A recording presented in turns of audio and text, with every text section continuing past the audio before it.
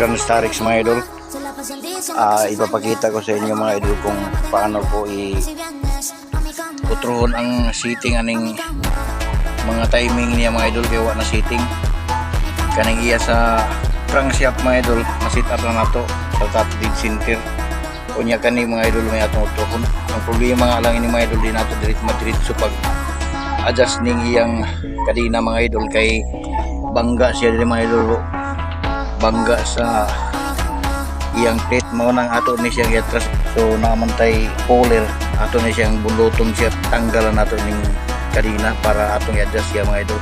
Di lang nato pag tandugo ng iyang sit up sa uban mga idol, kay wheel pump o kanang balancer kay okay naman na siya, naka-sit up naman po sa top dead center. Kini lang mga idol may atong utrohon kining sa high pressure pump.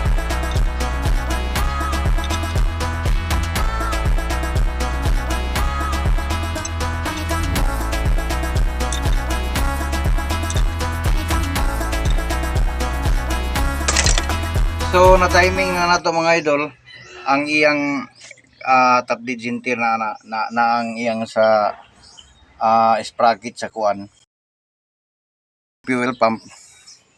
Unya timing na po nato mga idol, diri siyang balancer nakatugma sa iyang mark arrow. Unya diri pod, unya diri. So intact na siya tanan mga idol. So ana lang mausa mga idol, daghang salamat.